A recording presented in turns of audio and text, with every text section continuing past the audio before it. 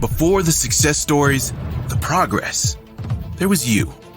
You who made a choice to grow, to inspire, to overcome your own challenges. At NASM, we're in service of your limitless potential, because when you keep growing, we all get stronger, and we'll never stop making your journey our mission. Join the fitness leader. Become a fitness leader. Become a certified personal trainer. You're listening to the Peak Physique Podcast with Andre Adams on the NASM Podcast Network.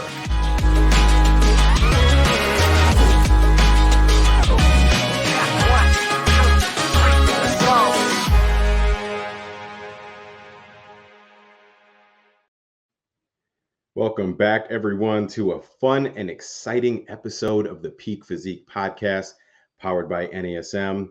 And for those of you that are struggling to build muscle, this episode is for you. I'm your host, Andre Adams, NASM Master Trainer, IFBB Physique Olympian, and I'm going to break down the effects of myostatin as it relates to skeletal muscle and hypertrophy. We're going to explain the role of myostatin protein, how it governs skeletal muscle mass, and most importantly, how to leverage the inhibition of myostatin to increase your muscle building capacity. So let's dive right in. Some of you may or may not be familiar with myostatin protein, so we're going to start by defining that, and we're going to take that clinical definition. Myostatin is a type of protein that is produced and released by muscle cells, and it acts to inhibit muscle growth. And I can envision your gears probably already turning of, how can we leverage this for muscle development? It is also known as growth differentiation factor 8 or GDF8, and it belongs to the TGF-beta superfamily 13.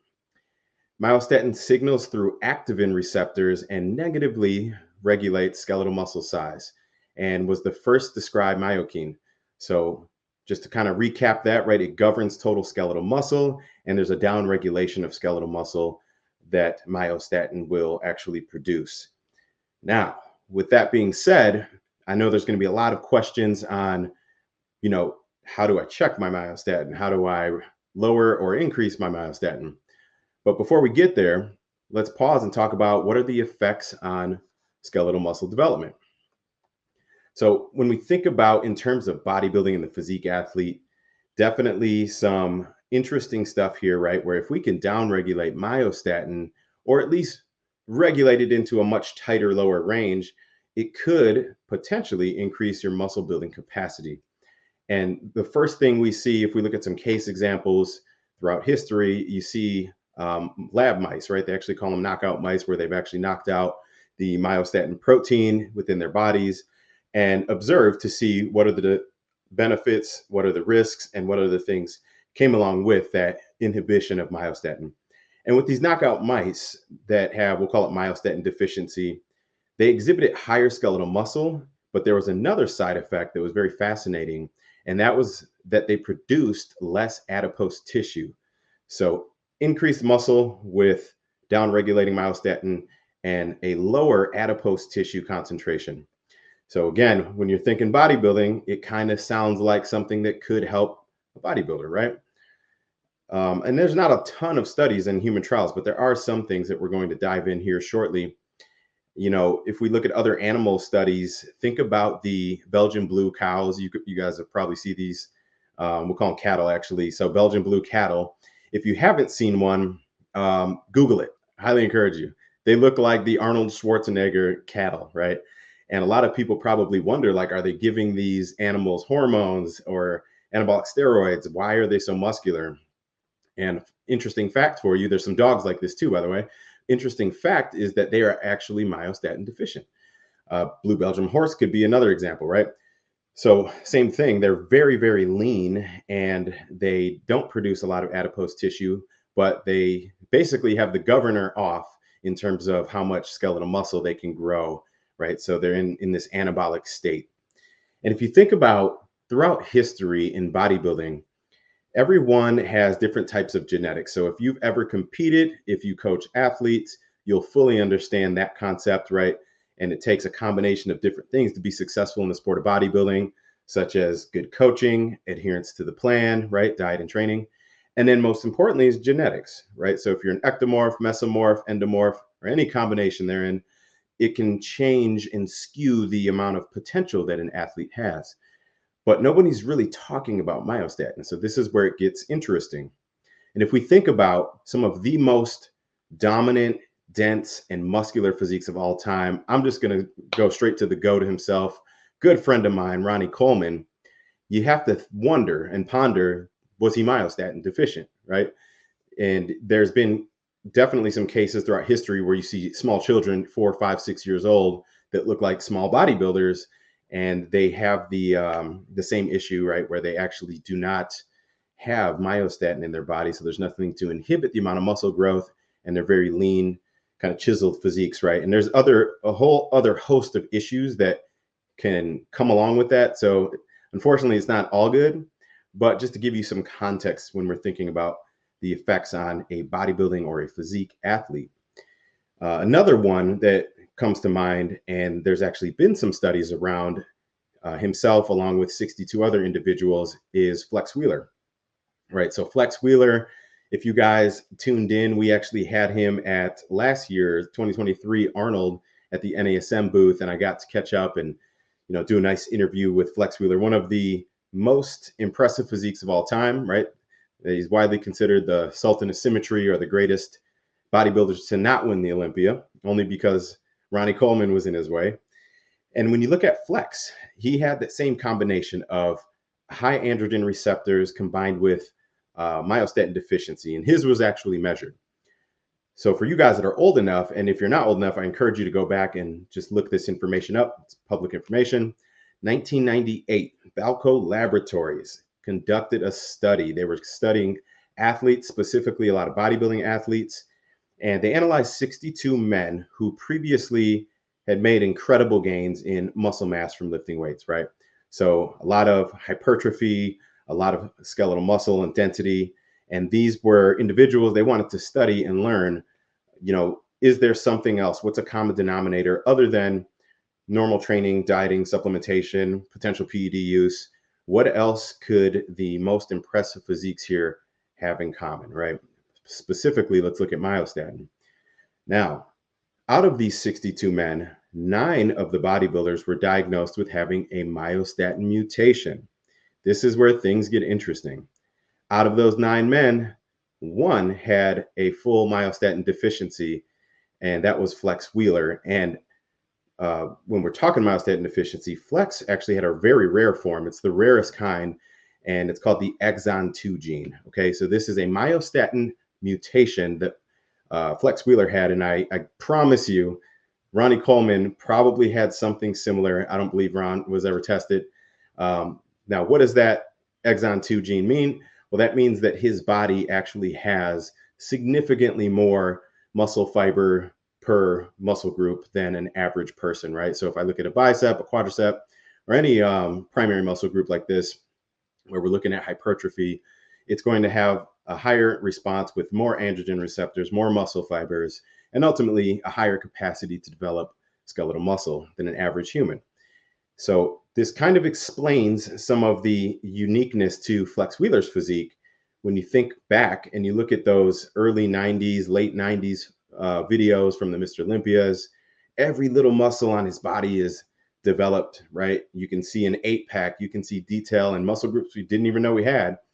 But remember, the inhibition of adipose tissue, so very low percent body fat, and without training what I would call hard, not to take anything away from Flex's training, but if you compare his level of intensity and programming to someone like Ronnie Coleman or Dorian Yates, those guys were training 2 to 3 times harder with big, much heavier weights than Flex Wheeler. Flex was more of a believer in training with light to moderate weights because that's what his body responded well to. And now it makes sense, right? If you've got this exon 2 mutation in myostatin, which basically rips the governor off and allows him to keep building and building and building above homeostasis, it explains his level of muscular development and conditioning, right? So interesting stuff. And we've got a lot more to cover here. Before we do, I'm just going to go ahead and reintroduce you guys. We're on the Peak Physique Podcast. I'm your host, Andre Adams. And for those of you guys that are looking to build muscle, and maybe you've plateaued, maybe you've kind of hit this ceiling and you're having trouble getting past that, it could be that you have a myostatin issue. So we've talked about some case examples in both animals, some human trials, some testing with the Balco 1998 studies. And by now, you guys are probably thinking, well, Andre, can I just reduce my myostatin levels and get jacked, right? Everyone wants to get a little bit bigger. Everyone wants to get a little bit more ripped. And it's a yes and a no, right? It's not that simple. If that was the case, I believe everyone on this planet would be a competitive bodybuilder. However, there is some evidence that suggests that you can downregulate your myostatin and potentially unlock more muscle building capacity, right? So let's start there.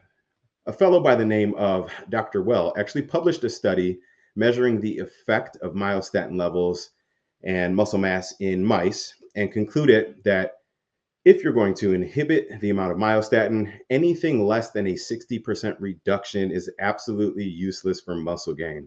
So no significant changes in muscle mass or muscle building capacity until he inhibited these mice greater than 60% reduction in myostatin levels, right? So if you look at homeostasis levels and you bring that down to a level of 40% or less, that's where the benefits started to really show.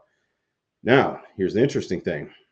When myostatin levels were reduced by 90 to 95%, so 5 to 10% of homeostasis, an increase of up to 25% was recorded in mice.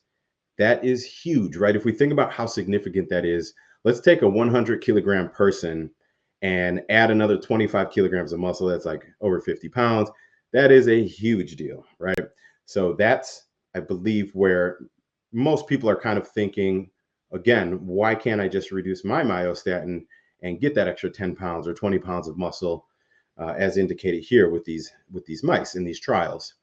And honestly, to sum it up, there's not a lot of human trials out there, right? When you're thinking about, we'll call it biohacking, right? When we're dealing with peptides, proteins, aminos, and different signaling and receptors in the body, there's a lot to be studied. And I think what someone like Dr. Well or the Balco studies has done is really laid the foundation and groundwork to further advance those studies under clinical trials and double-blind studies and these things, right? Peer-reviewed research and work. And I'm excited to see where this goes over the next few years, especially now that bodybuilding has become more prominent. Now, with that said, there are some ways that people have attempted to inhibit their myostatin. And for me personally, I do have some experience and some knowledge on a specific peptide called follistatin. Short name would be FS344 peptide. And that's something that, people could use in very short durations, let's say 2 to 3 weeks, and then taking 3 to 4 weeks off. And this follistatin medical therapy or peptide, again, there's not a ton of research around peptides in general or SARMs and SERMs in general. However, that has shown to be a myostatin antagonist. So it does have some inhibitory effects where it can downregulate your myostatin and ultimately allow you to build more muscle. Remember Dr. Well's advice, if you're not inhibiting it at least 60% or more, you may not really fully realize the muscle building benefit of that. So this is something I would love to see more studies on, but I will give you guys just some personal experience. If I back up 5 years or so, when I was really making my big run, I had switched from as an Olympian in the IFBB Pro Men's Physique Division to the IFBB Pro Classic Physique Division. And I was having trouble putting on enough size. Just to give you guys some context, as an Olympian in the Men's Physique Division, I was around 190 to 193 pounds on stage. And in order to put on the size and density I needed for Classic Physique, in that off season, I had to actually bulk up to over 240 pounds. So we're talking roughly 50 pounds of mass. And again, you're starting to hit your limit, right? At some point, your body just says, that's enough.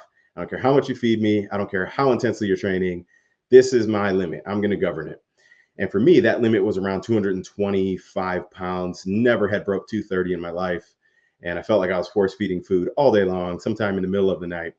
So this is something that a lot of bodybuilders will struggle with throughout various divisions when you're trying to grow and put on quality size. So you've plateaued, you're throwing different programming strategies and nutritional strategies. And again, you can only eat so much food in a day also. And I actually did incorporate Follistatin FS344 in around 100 mcgs a day. You can do that subcutaneously or IM, so intramuscularly, bilateral in the muscle groups you're targeting. And you can do this for up to 30 days, but I recommend 10 to 14 days for myself at the time. And then you want to take a 3 to 4 week deload and see where your results go. Long story short, I actually did break through my plateaus, and I went from about 225 pounds to 243 pounds at the end of that bulk. So I do believe that there are some benefits.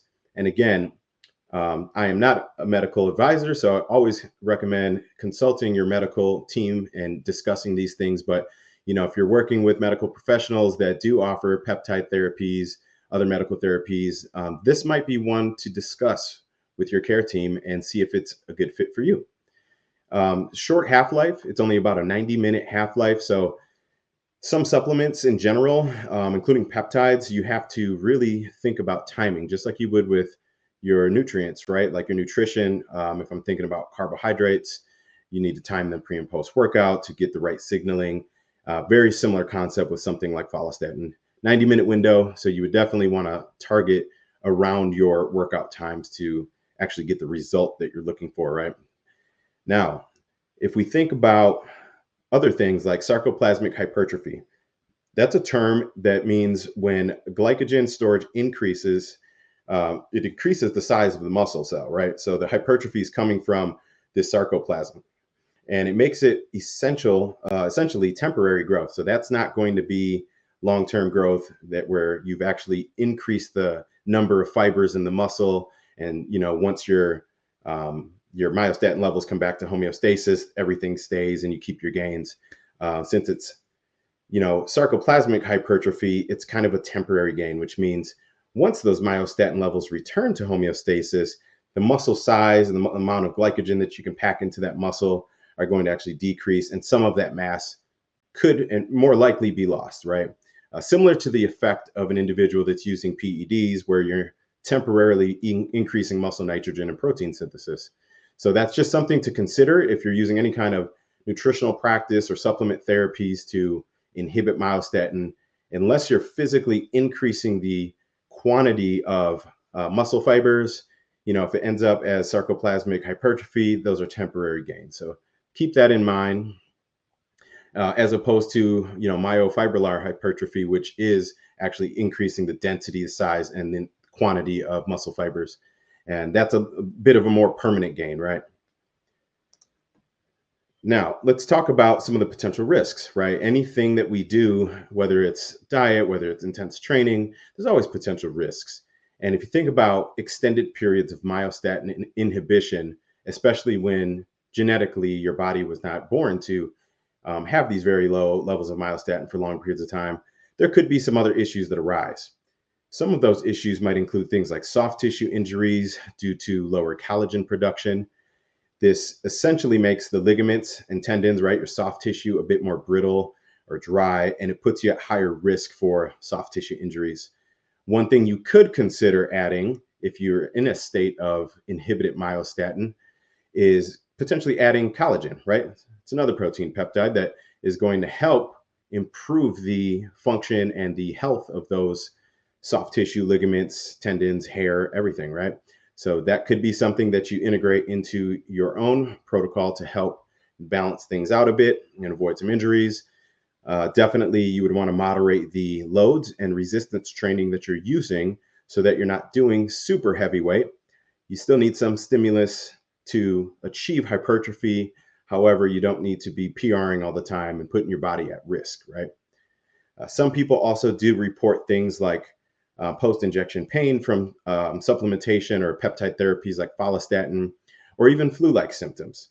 So that's something to be aware of and discuss with your medical provider. And the other thing if we think about follistatin specifically, it could have inhibitory effects on FSH, right? So follicle stimulating hormone and other potential downstream health risks. So, you might need to work with your endocrinologist too, if that's something that you choose to pursue and integrate into your specific protocol.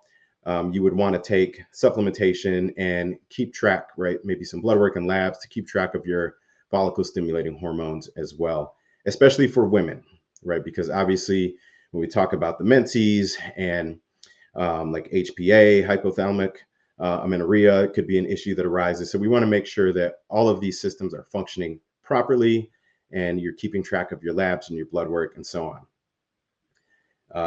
So if we look at follistatin specifically, it's actually a banned substance by the World Anti-Doping Agency. So if you are competing in a sport or a league that abides by the WADA or WADA policies, then that's something to be aware of, right?